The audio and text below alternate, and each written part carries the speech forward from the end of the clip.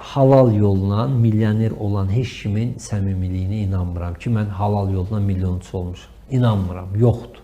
Mümkün deyil. Bu sistemdə, indiki məqamda heç kim deyə bilməz ki, gəlsin, məndən sizdən nəyləri artıqdır? Bax, məndən 20 yaş balaca uşaq, mənim 45 yaşım var, 25 yaşlı uşaq 500 minlik maşını necə sürə bilər Aygün xanım? Ağlı məndən üstündür, bacarığı məndən üstündür, yaraşığı məndən üstündür, zəhmətkeşliyi məndən. Necə ola bilər ki, bu 500 minlik maşını sürsün?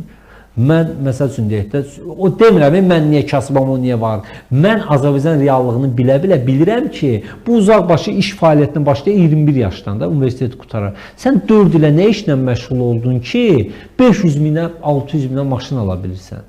1 milyonluq ev ala bilirsən, düzdür? O da başqa bir məsələdir ki, Bakıda 1 milyonluq ev nə gəzir? Yəni Bakı kimi yerdə 1 milyonluq ev olması nə deməkdir? Ümumiyyətlə, bu nə anlayışdır?